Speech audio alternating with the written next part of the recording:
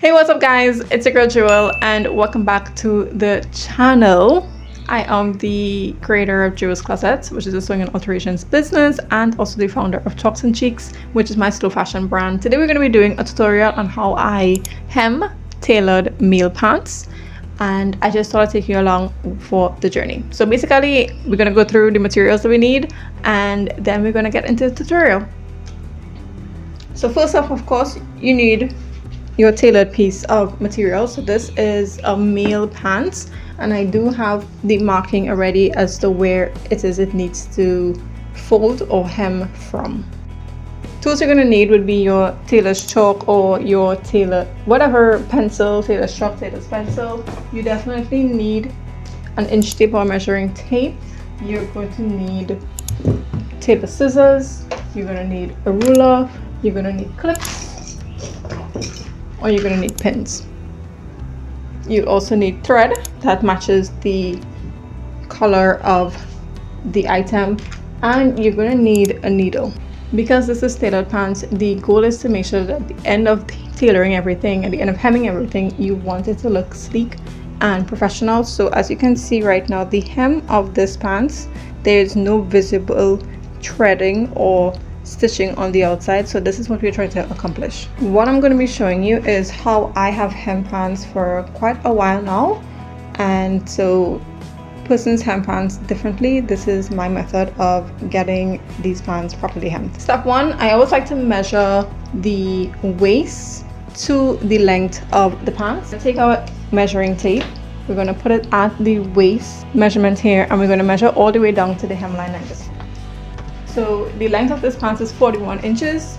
The new measurement that we need to get would be 37.5 inches, and so that's the measurement that we're going to be working with. You always want to make sure that your pants is on a flat surface and that it's laying perfectly flat on the surface before you take any measurements or before you do any cutting or any marking or anything like that. So this pants is perfectly laid where it needs to be. Now that I know the measurement for this, I am going to be using my gauge. I'm going to measure from where we need to turn the pants up straight down to the original hemline, like this.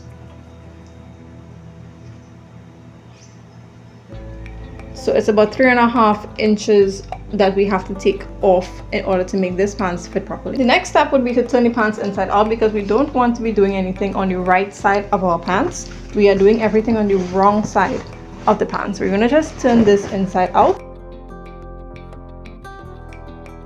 Again, you want to lay everything down flat so that we get the right measurements and things wouldn't be hop drop. Now that our pants are turned on the wrong side, remember the measurement that we took was 3.5 inches. So we're just going to measure from the hemline to the desired length, 3.5 inches, and then we're going to start marking it there. So we're going to measure 3.5 inches from the hemline to the desired length, and so that'll be 3.5 inches. You just want to take your tailor's pencil and you just want to mark where that point reaches, and we're going to do that all around the pant.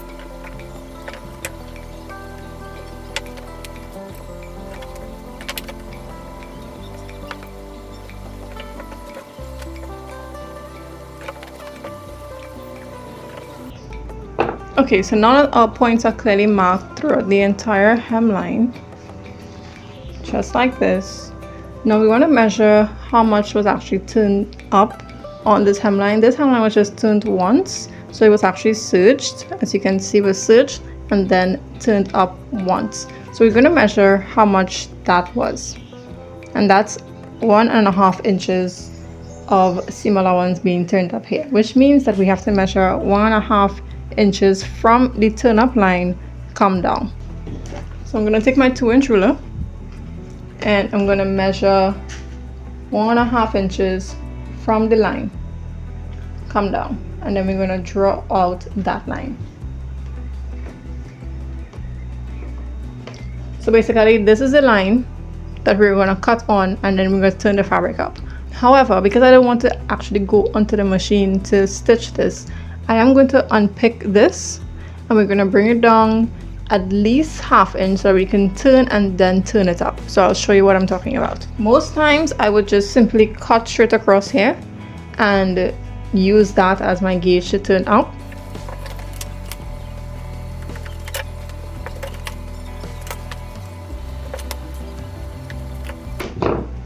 So as you can see, line perfectly matches up, so you know that's going to be even. Now I'm just going to run my scissors across this, and then we're going to fold on this line and then fold on this line. As I said before, this is how I usually do it, and it has been perfect ever since. So we may have some extra fabric or whatever, that's okay. You do want to fold on this line here, so we're going to fold like this, and then you want to turn it up like that, so that we don't need to go onto the serger in order to run a zigzag stitch or a serge stitch.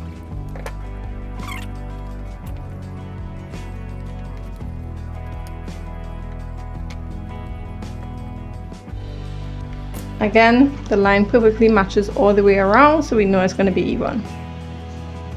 Now we're going to turn one, we're going to fold this twice. So we're folding it on this stitch, on this line. Basically that's about a 1/2 inch to 3/4 inch.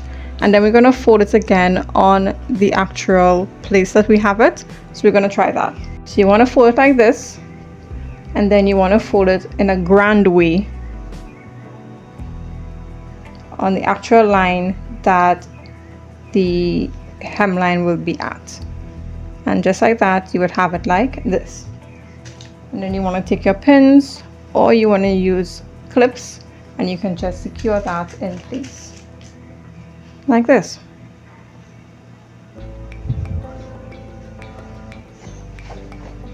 So what I like to do is do the opposite side of this. So we have the seam on this side, we are going to do the seam on this side. We're going to do it again. We're going to fold like this, and then we're folding on the line that we're going to be turning up like that. And so we are going to pin that in place like that. Now, because both opposite sides have been done, it automatically folds over for you and does what it needs to do, so it makes it much easier for you to do. So you're just going to continue. We're doing opposites again. We're going to fold here like that, and then we're going to use that line there that we have, and we're going to fold like that.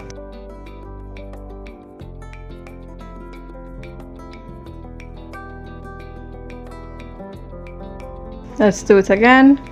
We fold it in half like that, and then at the point where we're going to be turning it up, we fold it like that.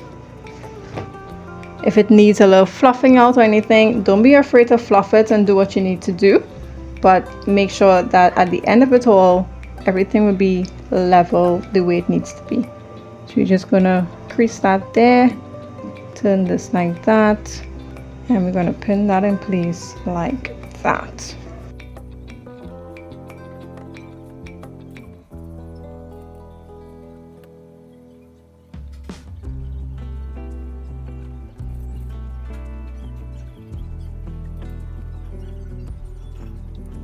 Now the key to making sure that this is well tailored and the thread not showing on the other side is to use thread that's actually matching with the garment. So this is gray, this is a dark gray, and we're going to use that to just hem this. So we're going to take our needle, we're going to thread our needle, and we're going to start doing an invisible hem. Now you want to start at the seam, so we're going to just push the needle into the thread. You're going to pick up a little bit of the fabric, you're going to push it onto the hem, you're going to pull, you're going to do it again so that we can secure it and knot it like that, and we're going to do it a second time to make sure it's secured properly. I do double stitch, I do use a double thread. I double my thread because I think it keeps the garment, like the hem, stronger. So I do a double thread. So we're just going to repeat the same process throughout the entire hem of this pant. You just want to pick up a little bit of the fabric of the pants, stick it into the actual desired hem, and that's how we're going.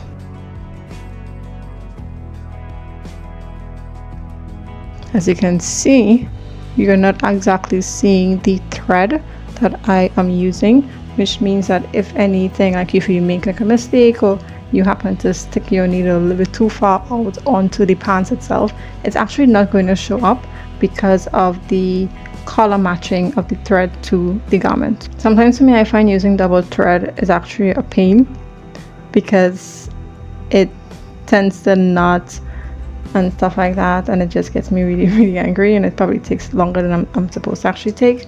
But I know in the end it's gonna hold firmly. I've been doing this for quite a number of years now, and I've been doing this on professional tailor-made outfits, and every single time it comes out perfect. And also too, the client doesn't have to complain that their hem came down because it's done so well. And I think it's all because of the double thread. So on the outside here, as you can see, you're absolutely not seeing any hemming taking place. So once you have secured, those threads, you can go ahead and remove the pins as you go along so that you won't, stick yourself. Trust me, I have stuck myself so many times that it's not even funny, and I probably could get, if I had $1 million for every time I stick myself while hemming pants, whew, I will have a few million. So you just want to get that in there. When it comes to hemming these pants, you want to make sure you just take your time and do what you need to do. And it's not a rush. It usually will take you about 30 minutes if you are, 30 minutes, I would say. If you're just taking your time. Just take your time. It's going to take you 30 minutes from start to finish. And you want to make sure that you're hand hemming dressmaker tailored pants, because the ending is always a professional look. So you don't want to run a stitch on the hemline. That does not look professional at all. Don't be afraid to pull and to prod the fabric. Honestly, it's fabric. It can be pulled and prodded any way you would like it to pull and prod it. So don't be afraid to do that. I remember when I was in high school, I was very much afraid of, pulling the fabric, and my teacher used to tell me, pull and prod it. Do what you need to do to the fabric to get it to work. So don't be afraid. It's not gonna bite you.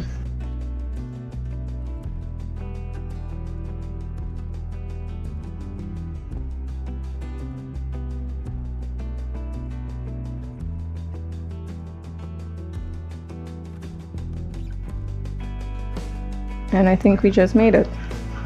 So you just remove the rest of pins. You want to just pull. Like, I like to pull on it just to make sure that it's not bunching up anywhere. And then we're just going to close it off with making a knot. So you're just going to push the thread into the same hole basically a few times like that. And again, this is how I do the hemming of pants, and it hasn't failed me yet. You do want to try and see if you can make a knot. So usually we don't actually get to the end like this. You don't want to have a limited thread to be able to knot it, but sometimes that happens. And we just make a tiny little cut like that, and there you have it, your first well hemmed pant leg. On the outside, as you can see, there's absolutely no evidence that this was even hemmed. It looks beautiful. Let's do the next side. Okay, so now we're coming up to the end of hemming the second pant leg. Now we have enough thread to do the knot that I was mentioning earlier. So you just want to run the needle through the fabric a few times like that, and usually I would just come back and do a loop like that and pull it, and that usually knots the thread there. And we just simply snip it, take out whatever remaining needle pins that you may have in your fabric, and you just want to pull to make sure that nothing is bunching up. Again, as you can see, we have a flawless hem. Now before we iron the hem, we need to make sure that the length is the right length. So we're going to be double checking by turning this pant inside out again. So we're turning back onto the right side. We are going to take it from the crease.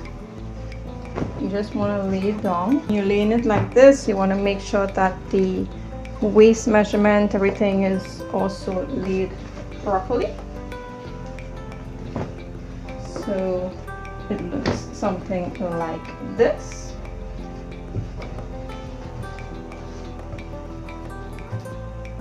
I don't know if you can see that, but it significantly looks shorter. So we know that we have done a good job so far. So the next step is to check and make sure that the measurements are the correct measurements. So I'm going to take my inch tape, my measuring tape. We're going to measure from the waist of the pants all the way down to the hemline. So from the waist of the pants here down to the hemline, I'm going to make sure it is the right measurement. We have it at almost 38 inches. It's supposed to be 37.5, almost 38 inches. You want to make sure and pull properly. We're going to flip it, lay it down flatly again, and we're going to measure the other side as well.